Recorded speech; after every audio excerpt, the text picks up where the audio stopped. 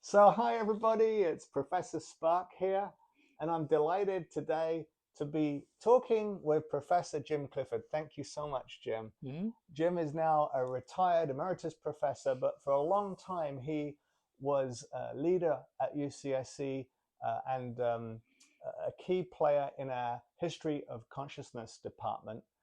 He came to UCSC as a Harvard-trained historian and then became part of this really amazing experiment in creating a new department, History of Consciousness, that became world famous as a center for critical cultural studies of a diverse array.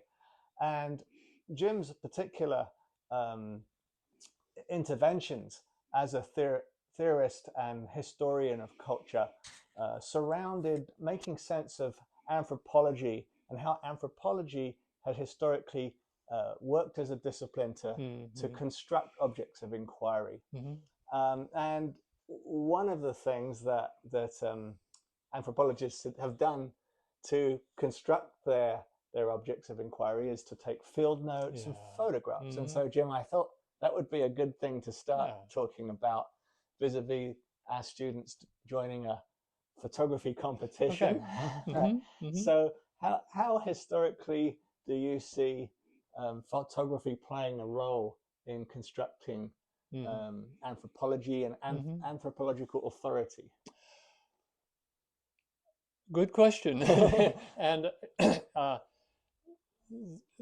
it should be said that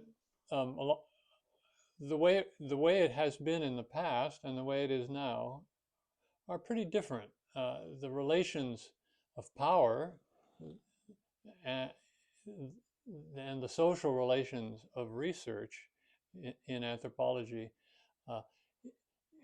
throughout most of the 20th century were based in colonial and quasi-colonial situations where people from Europe and America traveled out to exotic places and set up their camp and studied people.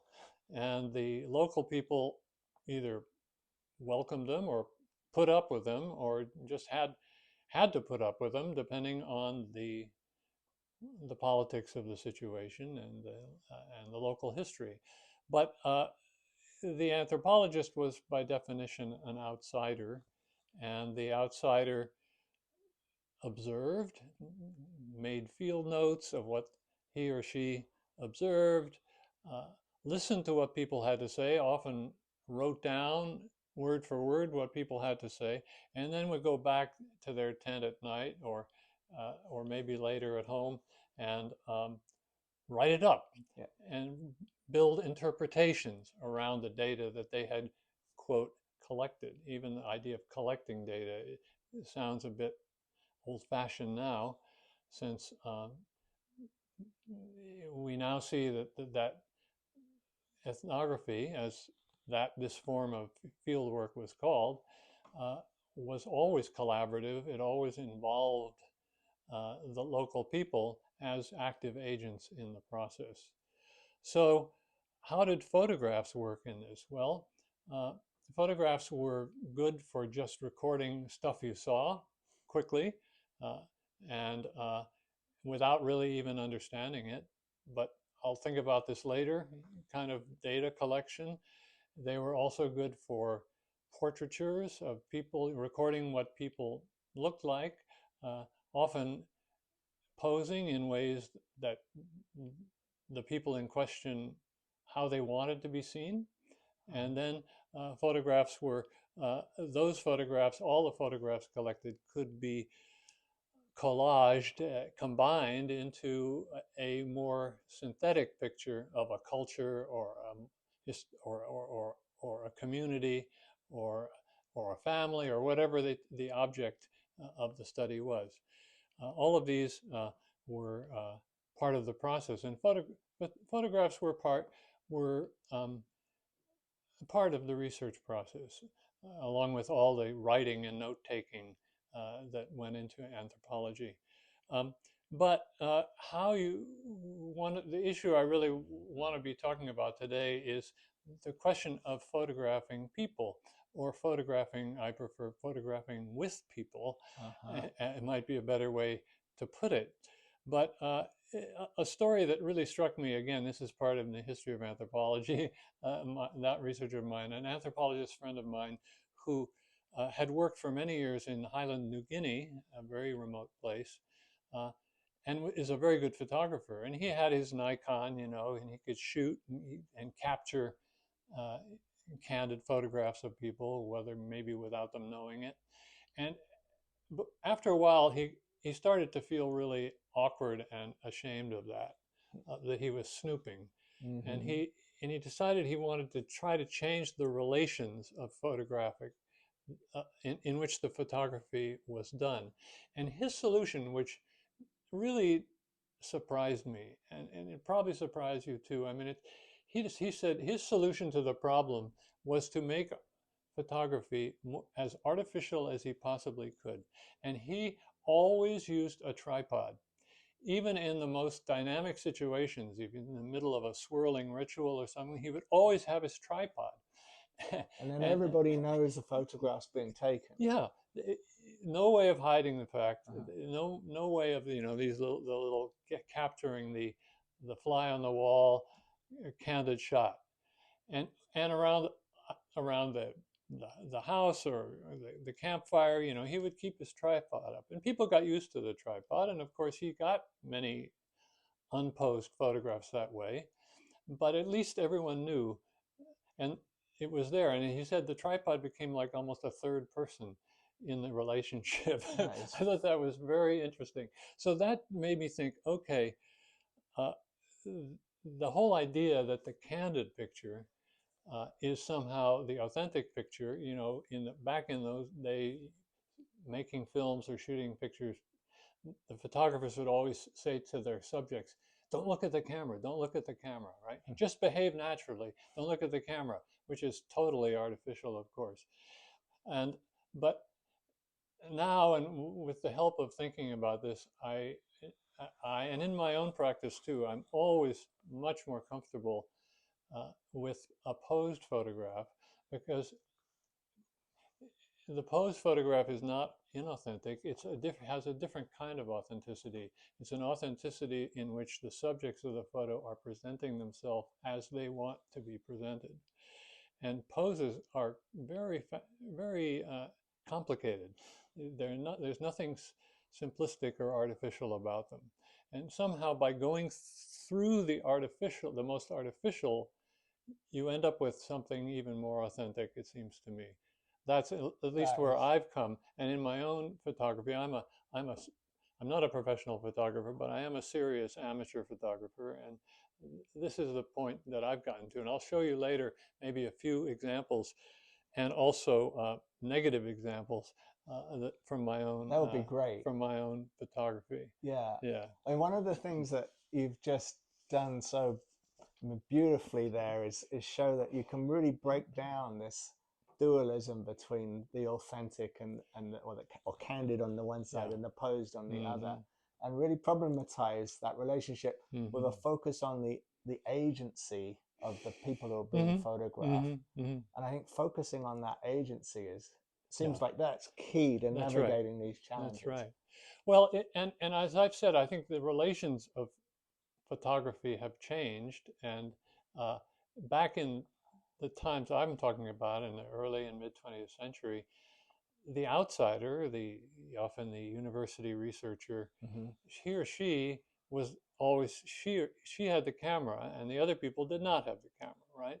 Yeah. And that gave them a certain power, a certain authority, a certain license to record, license to observe. Uh, but nowadays, every, not I won't say everybody, but many, many, many more people have cameras than had back then, and many, many more people are taking pictures all the time. I mean, the cell phone has changed a Yeah. lot. And in my own, and I'm raising this as a question because I don't have an analysis yet, but it seems to me that that the ubiquity of the cell phone, the generality of the cell phone, and the fact that people may be taking pictures of you while you're taking pictures of them, or when you're not looking, taking pictures of you. If they want to, maybe they're not. Maybe they don't think you're worth taking a picture of. Right. But at least they have the possibility.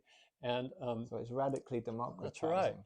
And it also becomes possible then, if you're putting together a portfolio or a website or a book or some sort of report or analysis, it becomes possible to use your subjects' photos, the people who had formerly been the object of your study now become subjects, in other words, with agency.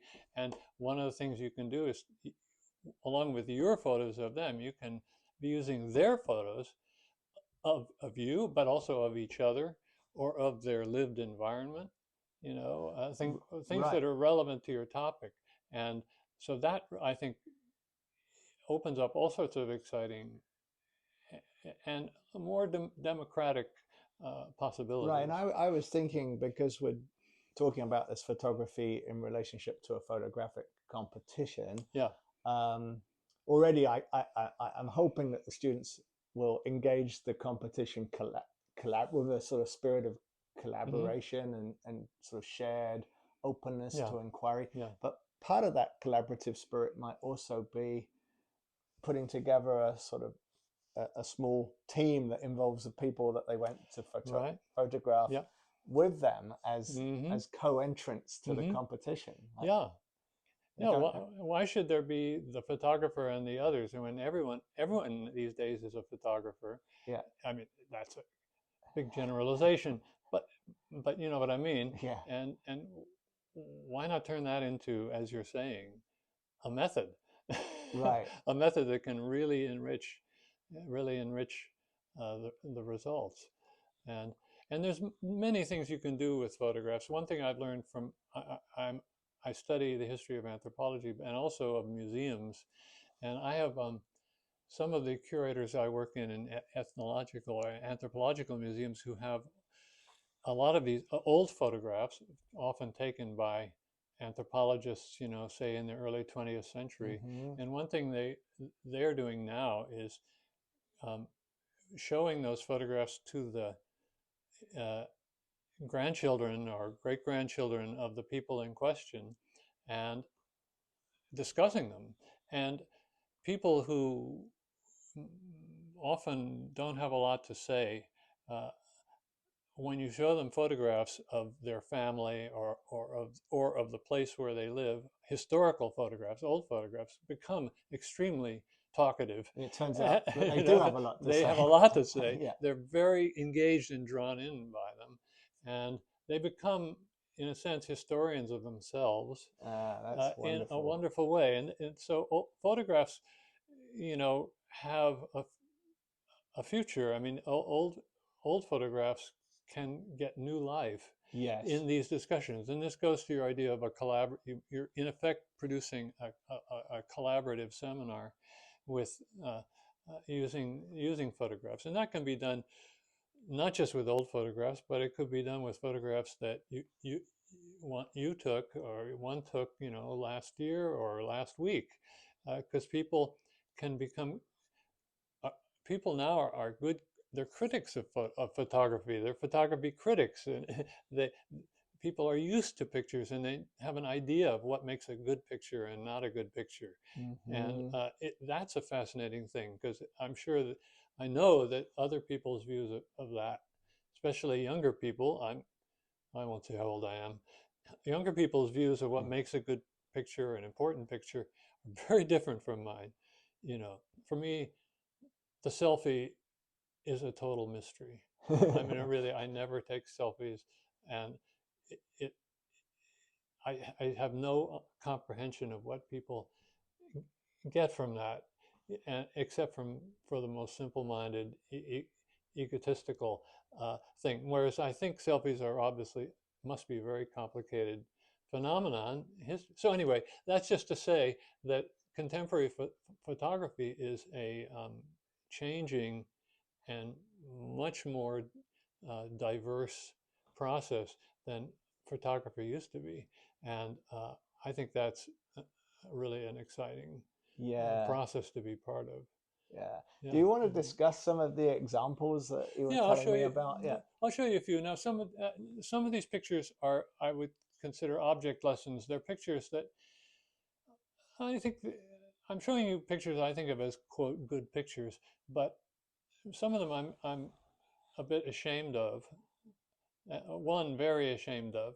I shouldn't have taken it, and Right. but But I think it's yeah, useful for the hmm students to think yeah, about, like what are some of the pitfalls one can fall into. that's So right. it's worth looking at with a view to kind Yeah, of problematizing those yeah. I'm pitfalls. doing this as an object lessons kind of thing. Start with a very famous photograph. Yeah. This is Dorothea Lange in the 30s was a photographer of poverty, and who was part of that whole documenting of the effects of the Depression. In her case, migrant communities in California, from Oklahoma and the central states who were fleeing the Dust Bowl into California. This picture called Migrant Mother, and it's one of the most famous pictures in American photography, really, and it expresses many things, certainly destitution, but also perhaps a kind of determination or survivalness, if you might call it that. Yeah. The way it is a composed picture. Lang took 8 shots of this woman and her children, and this is the one she picked, the composition she picked and Yeah, made and I made talked with famous. Jasmine Alinda about this, and she raised this Yeah. example and how Dorothea Lange kind of started at the sort of wider angle, like, Yeah. and then came in closer just to focus on Yeah. this individual Yeah. woman. Yeah. Well, it's just an example. It made me think of a picture I had taken. This is the pictures I'm going to show you now. All were taken in Chiapas in southern Mexico, where I've been a visitor. My wife is a linguist who has worked there for almost 50 years, and we've gone down quite a bit and know people there. And I've done some kind of, and I've taken a lot of pictures. And in this one, which was taken from a distance with a zoom, and but for me, it's a picture I like. Just from a composition standpoint, you can see this woman with her child in her rebozo, over her, and just the sort of complexity of motherhood and family life. It has a certain anarchy about it, and yet uh, a dynamism and yeah, she's really interested in the relationships between her daughters playing out there. That's right. No, right. I mean, it's all about relationality and bodies together. So I like that. I think it makes an interesting contrast with the Lange. But another picture, and this is one that I'm not so proud of. It too was taken with a zoom, and I'm very. I now use my zoom very sparingly and almost never with people. But back when I took this, I did, and again, but this I took this again to juxtapose with the Lange, which expressed poverty, but also poverty and a certain strength, shall we say? This is this is a sad picture, I think, and I feel bad that I invaded her space by taking it. I would only say that the traje, that is the clothing that she's wearing, that fabric is very distinctive of women, tzotzil women in Chiapas, in San Cristobal, where this is taken. And it's very much about dignity, and it's very much about expressing attachment to a community. So if you would going to try to address that dignity and that belonging and the sort of sense of pride in a certain clothing style in a way that didn't fall prey to the pitfall that you just Yeah. talked about of sort of turning her into a distant and mute object kind of thing. Mm-hmm. If you're going to avoid that, what would you do differently, do you think?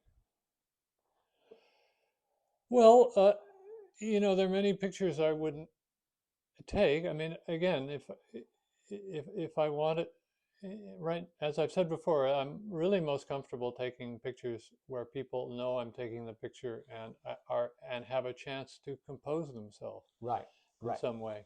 I mean, here's an example of another candid photo I took in the market.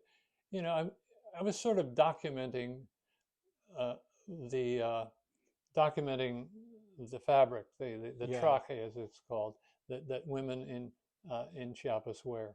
But I think I felt a little better taking this picture because it's in a public place and this woman is presenting herself, I think, the way she wants to be. But she doesn't know I'm taking the picture. And for that reason, I wouldn't take pictures like this anymore. mm-hmm, Uh, mm-hmm. the But there was one that you now this is the one I'm most ashamed of. uh, I think it's a good picture, one might say. But what I didn't know at that time was that the artisania sellers, the selling handicraft and cloth in the streets of San Cristobal, that they really uh, hated having their pictures taken. And this woman was very unhappy that I took her picture, and she was mad at me. And I feel only shame, really, that I took it. I, I've so stopped that taking pictures, and I'm showing it to you again as an object lesson. Uh, be try to have some understanding with the person. If I had asked her, could I take her picture, she might well have said, fine, and I might well have bought something from her. Uh, that would have been fine. But yeah, that was not what happened. That's not how it was. And I show it to you as the kind of picture that I really would hope I would no longer take. yeah, Uh, Here's another one. This is just an example of if you want to take pictures of local people. I feel fine about this picture because they're performing and they knew I was taking the picture, and this is how they wanted to be seen. yeah, Uh, yeah, if I were going to publish this very broadly, I would make some effort to go back and get their names. And I think getting the names of people you take pictures of, especially if you're going to use their pictures in some sort of public way, is an uh, important aspect of it. yeah. The Just run through a few more. Now Aha. here's a case of a fiesta in Zinicantan, a satellite community of San Cristobal. We happened on this wedding, and there was masses of people, and everyone is, really dressed to the nines and looking wonderful, and that's all, worthy of being worthy of photography. And I felt okay taking this picture. This was last spring because everybody was taking Yeah, you pictures. can see It the little wasn't, boy he was taking. shooting a picture, but all around me, people had their cameras out and were taking Yeah, pictures. And so that it didn't make it 100% all right because I was an outsider in that community, but it was a public space and I wasn't the only outsider there. yeah. And so I, It in a, doesn't feel extractivist. well, yeah, I feel like this is how people want to look, and it's Yeah. fine. Another one is this is where I feel a little less clear is this one taken at the same time. Hmm. And this is where, I was in a sense documenting her traje, the beautiful piece of cloth she's wearing. But she didn't know I was taking it. And I, I think this is the way she would like to be seen. Uh, that seems clear to me, but it doesn't really quite make it all right in my mind. Uh, and here's one that is kind of I'll just leave it with you because it's very ambivalent in my mind. It's a picture I like. taken in the indoor outdoor spaces where people live in down there. This is in a community a couple hours out away from San Cristobal, in a family with a family of people who welcomed us, and we were were welcome guests there and everything. But there was something about the scene. I mean, a cute kid, of course, is irresistible, but also there's something about the scene that gave me a feeling about what what life was like in these outdoor spaces. These random chairs, maybe a broom, stuff lying around. It just said something to me that I wanted to remember and that I liked, and I thought it was a good composition. And I took the picture, and I show it to you with a mixture of pride and hesitation. I should say that I did take a portrait of the family right after this, all posed, and it's a great portrait. They really look happy and strong and funny in a really good way. But I'm not showing it to you because they're identifiable, and this will go onto a website. Yeah. And I decided not to do it. But this is only to say that there's a kind of continuum between the candid photograph on one side and the posed portrait on the other side. There's a continuum in there, which is a whole world of different social relations and histories. And depending on where the photographer is coming from, what their relations are with the world that they're documenting. If you're a family member or a member of the community, that may put you in a very different relation to an outsider, but you might be a family member but who's gone to the university and is now coming back doing certain kinds of research, and that does change the relations in important ways. So the point is not to give a recipe for how to do it, or some examples of how not to do it, perhaps, but also to say that these relationships need to be thought through and made explicit, and as much communication and teamwork, as you've said, and co-construction as possible, it seems to me, are the way forward. Right. Mm-hmm. So there's no simple manual, but thinking as you've guided us here today about relationships all the time and people's agency within those relationships seems crucial. There's no innocent photograph. You're always already in a relationship that has been set up for you by history and power and a lot of stuff that you don't control, and you have to work with that. Yeah. Well, you've given us so much here to work with as we navigate these challenges and as the students think about these challenges. And I should tell everybody that one of Jim's more recent books is a book of photography of his own, Ecotones, on the campus, about the campus.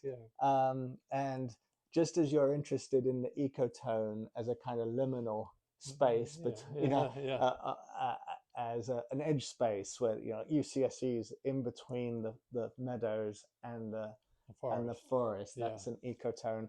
I mean, you've given us a guide map here for navigating the liminal spaces of photography. That's, I think, invaluable. So I'm really grateful to you. Thank you so much. Thank you for making it sound more methodical than it is. No, it's really great. Thank you.